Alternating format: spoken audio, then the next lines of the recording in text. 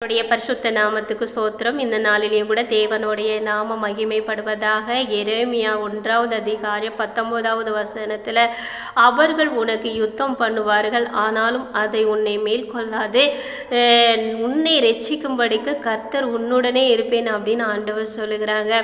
ஆம் சகோதரன் சகோதரிகளே, கர்த்தர் நம்மளோடையே இருக்கிறாங்களாம், நமக்கு யுத்தம் பண்ணி கொண்டே இருக்கிறாங்களாம். நம்மளுடைய வாழ்க்கையில ஆண்டவர் பார்த்துக்கிட்டே இருக்கிறாங்க.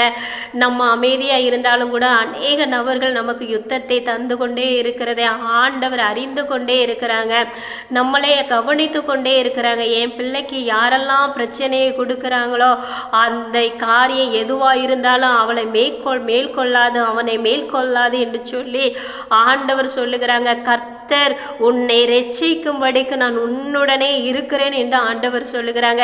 ரட்சிக்கப்பட்ட ஒவ்வொரு பிள்ளைகளோடையும் தேவன் அவங்களோட இருக்கிறாங்களா?